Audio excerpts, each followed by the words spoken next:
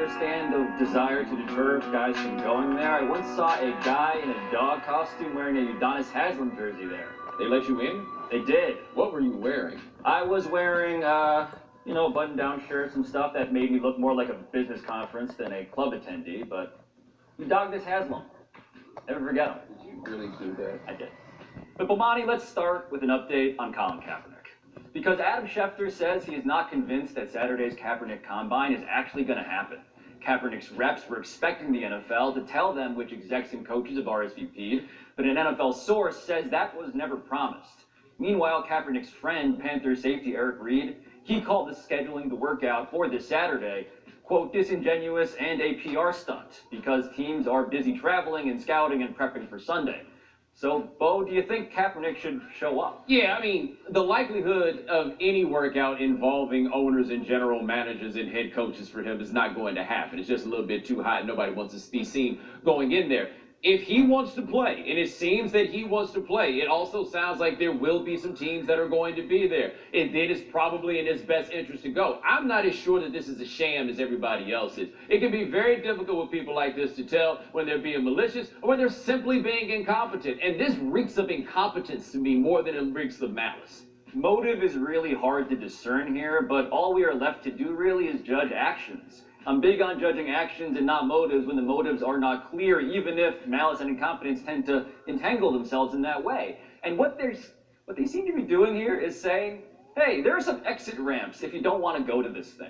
They seem to be offering him outs, public outs that he can use and say, hey, this is why I'm not interested in this. But I ask you this, if the NFL's whole goal in all of this is to say, look, things are different now, and Colin Kaepernick's whole goal is to say things are actually more like they were before, it seems like that latter argument seems stronger to me. But the key here is when you say the NFL, who do you mean? Like, that is something that has to be cleared out here. Is what do you mean when you say the NFL? Because the NFL, to me, in this case, is Park Avenue. Are you talking about the owners? Because I think the owners are a different situation. I don't think the owners have any interest in having Kaepernick out here. I do think, though, that for the league office, specifically for Roger Goodell, I think it would be good for him personally if Colin Kaepernick plays again. I think he wants this to happen. I also think he's a bit bumbling. So trying to figure out how to exactly make this happen, totally plausible. This would be something that he himself would mess up while also trying to keep this right with the owners that would eventually have to sign him. That would be a perfect Roger Goodell sort of mistake, though. If your job here in all of this is to protect your legacy,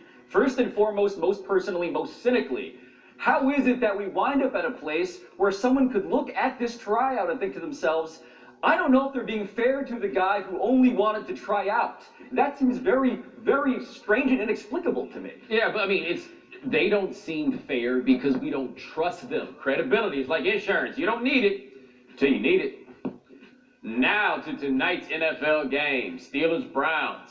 This is a role reversal where the Steelers are the upstart and the Browns the disappointment. Both teams will play their fourth game in fewer than 20 days, and each is playing for something. The Steelers can actually make the playoffs without Ben Roethlisberger, and the Browns, well, they fire coaches who disappoint. Pablo, which team do you think needs this one more? It has to be the Browns here, and the firing of coaches thing takes a particular resonance with this matchup, because Freddie Kitchens should have, like, Final Destination vibes when he plays the Steelers. The Steelers are responsible for the firings of the last 6 head coaches. When you say Hugh responsible, Jackson, what do you mean? to Romeo Crennel. I mean that those guys all got fired after losing to the Steelers. So, is that on the table here? I think it is. Do I think it's likely given that they still have an ice floe to cling to? No. But, my lord, man, this is something he has to be scared about. The Steelers part is greatly overstated, right? And part of that is because a lot of the Steelers were the last game of the year. Therefore, the guy got fired at the end of the season, and then it becomes a cool thing to throw out there that, oh, you lost to the Steelers, now you don't get to keep your job. Like, I don't think in Cleveland they're like, oh, no, beat the Steelers or you get fired, because they can't really beat anybody. Now, I do think they probably need this win more than the Steelers, because to me, the Steelers are playing with house money. There's no way that I thought their record would be what it is at this point when they lost Roethlisberger. Forget about that.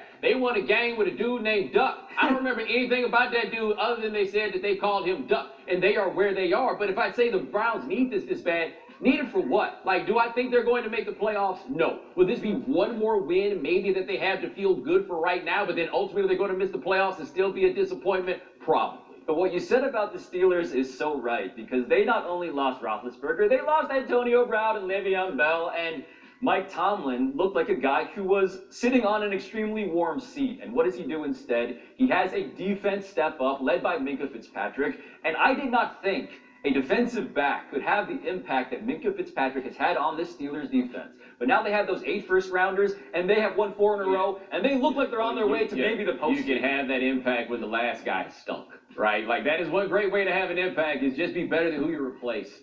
Right to be. Houston won 102-93 with James Harden dropping 47 on the vaunted Clippers defense. And post-game, Russell Westbrook dropped this on Patrick Beverley in specific. Pat Bev tricky on man, like he play defense. He don't guard nobody, man, just running around, doing nothing. It's not, as you seen what happened, 47. All that commotion to be a 47. Omani, does Westbrook's scouting report make sense to you here? Oh, yeah, it makes perfect sense. Now, I'm not saying that it's fair or anything like that, but that's not Russell Westbrook talking about one of the best defensive players in the league, or him talking about the Clippers. That's him talking about the dude that messed up his knee and what was his last best chance at winning a championship. Then it makes perfect sense that he says this. He just runs around and hits people in the knees, and then they have to miss games for the first time in their lives, and that kind of stuff is probably what he's talking about more than anything else. I do think that is the motive here, but I also think it's just such a flagrant misrepresentation of the actual game itself. If you go into the ESPN Stats and Info archive, they will tell you Patrick Beverley held James Harden scoreless in this game. Kurt Goldsberry pointed out on Twitter today that no one defends James Harden better than Patrick Beverley in the entire league, about 11 points per 100 possessions. And part of the reason is not just that he runs around and gets underneath people's legs, it's because he does stake out positions in the brains of the people that he is defending, and that seems to have happened to Russell Westbrook right here. Yeah, I applaud you for, like, actually taking this seriously, right? Like we really put out a question, basically, which is Patrick Beverley a good defensive player? If he was not a good defensive player, he would be the best defensive player back in Chicago. This is the reason why this dude is not at the crib and playing defense. We know this. This is Russell Westbrook being perpetually petty. Russell Westbrook in a situation where he actually has a level of personal animus that's involved here. But no, we know that Patrick Beverley is what, like, first, second team all defense guy that you expect every year. Plays Harden better than anybody is my point, but there is another reason why we are here, and it is to watch Austin Rivers make his family life that much more awesome. Is at mid-court right now. That is Doc Rivers. And there is his son. Look at his son saying, calling for a tee. Tee up, my dad. He's on the other team, and there it is. Doc might even forgot that he played for the other team. I don't even know if they talked before the game. For his dad to get a technical. I knew it was coming. I could see him. I've seen that look before many times. Once he starts blinking his eyes fast, that's when I know he's about to level up. So I just started telling Tony to get him. They got him. He's out of here. He actually is sensitive to tough stuff like that, so we'll see what happens. But I love him. I mean, it was a really good moment, though. I enjoyed it a lot. I'm not gonna lie to you. I really did enjoy that. However, there's going to be some competition. I don't think this is a breakaway. Next topic, Kristaps Porzingis. Kristaps makes his return to Madison Square Garden tonight as a member of the Mavs. So you in on the Knicks fans booing Porzingis tonight? Yeah, this is a little tricky because on one hand, fans just like to boo when somebody comes back and they've talked a little bit bad about the team they used to play for. That makes people want to boo. The thing is, if Porzingis and the fans have anything in common, it would be that they hate the Knicks. So, I mean, maybe he's one of them. I do feel like cheers are on the table here because the number one concern, if you were a Knicks fan right now, is who is running the team. Kristaps Porzingis, I have questions about him as a person and a player, certainly, but he did not trade himself. I have a feeling that the fire Dolan chants will be louder, much louder than any anti-Porzingis sentiment. Yeah, by the way, we are being pretty muted about the fact that this year he has not been good, right? Like, yeah, it's a problem. Next, Paul George. Okay, go ahead and hit that big noise. There we go. He is probable to make his debut for the Clippers tonight against the Pelicans. You in on George fitting in seamlessly with these Clippers? I am. This was the whole point of getting Paul George, was that you have a guy who not only is this mirror image version of Kawhi Leonard in terms of being a 3-and-D guy. It's the fact that they can play together on the court as well as steer the first unit when they need to. This is absolutely something in the vein of Pippen Jordan, although I wouldn't go as far to say that they are those two guys. Wow, if I'm Paul George, I am offended that I have been made into Scottie Pippen and on the other side of that guy is Jordan. But no, I mean, he should fit in seamlessly, and of course he'll fit in seamlessly tonight if he plays, because Kawhi Leonard is not going to play, right? And this is one thing about Paul George. If he wants to know, remember what it was like in Indiana where he was the star, he'll get plenty of chances to do that playing with Kawhi Leonard, or should we say, not playing with Kawhi Leonard. Next up, Les Miles. Kansas's coach had a very interesting answer when asked what he's learned since leaving Oklahoma State, which he coached from 01 to 04. Let's watch. Coach, if you go back to the days that you were at Oklahoma State to now, what's been the thing you've learned most? That the earth is round, generally speaking. So there's some areas where it's flat, but mostly round. You in on Les Miles' explanation? Yeah, I am. Of course, I'm in on anything Les Miles has to say because I don't expect it to necessarily make sense. Now, to be fair to him, I would hope that he thought the world was round before he got to Stillwater, Oklahoma, but I can understand that if you work in one of the plain states, like in Oklahoma or Kansas, you might think the world's flat. They don't give you a lot of evidence to the contrary. That is a fair topographical observation, but my concern is that Les Miles actually played someone who works for NASA in one of his tours as an actor in a movie about the Space Shuttle Challenger crashing, so I hope that he's actually being entirely tongue-in-cheek. But the whole legacy of Kyrie Irving in our industry, Bomani, is that I have no idea whether anybody is actually serious or not about the shape of the Earth. I'm not here to take Les Miles seriously. I'm here to enjoy the ride. Back up. What I think by the time we got to the end of this is he demonstrated himself to be at the very least a friend starter. And he was better than we thought he would be coming out here playing with them. He was not very good in the red zone. He's got some physical limitations. But this absolutely exceeded what anybody reasonably thought he could have done, and good for him. People in the NFL are watching the Jaguars and wishing they had a Gardner Minshew. They wish that, Bo, because there are not that many quarterbacks who are reasonably good, even vaguely good, in this league. So how many teams wish they had him? You don't, for instance, right, if the Los Angeles Rams had Gardner Minshew on their team right now, don't you think they'd give him a shot at this point? They might, but he'd be behind that same terrible offensive line. Like, how much better would it actually be? But the point I guess I'm making is the guy is more accurate than we thought. 61% completion percentage. 13 touchdowns, so I believe 4 interceptions. His big problem, honestly, is the fact that he fumbles a lot. So the question is that random or is that something you can work on? Well, he's also not very good in the red zone, and in 2019, we're not calling 61% that accurate. Like, that's not, if you're hanging your hat on your accuracy at 61%, then you're probably not going to be long for this league. He's a decent guy as maybe a starter, probably backup sort of option. And again, good for him. There aren't that many people in the world that can say that. Quote, I'm all for load management. Say Mavs owner Mark Cuban, adding, quote, the dumb thing would be to ignore the science. Pablo, is Cuban making sense here? Yes and no. Yes, because, yes, the science is suggesting that rest is essential to maximize player health and performance. But no, because I thought the NBA was pretty clear on this. The first rule of load management club is do not talk about load management.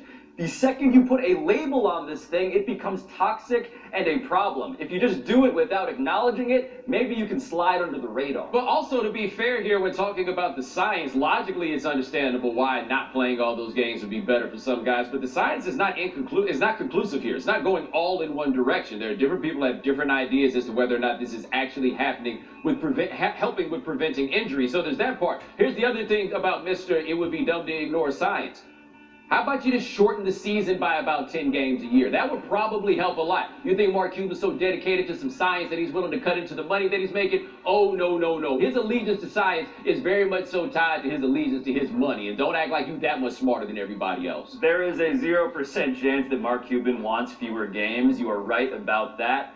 But this, again, reminds me of tanking. The reason why you do it is because there is a logic to it. But the reason why you never want to admit that you're doing it is because it's actually a problem for the entertainment product. And if you're Adam Silver, I am furious with this guy because he is being that honest. It ain't the first time you've been furious with that guy.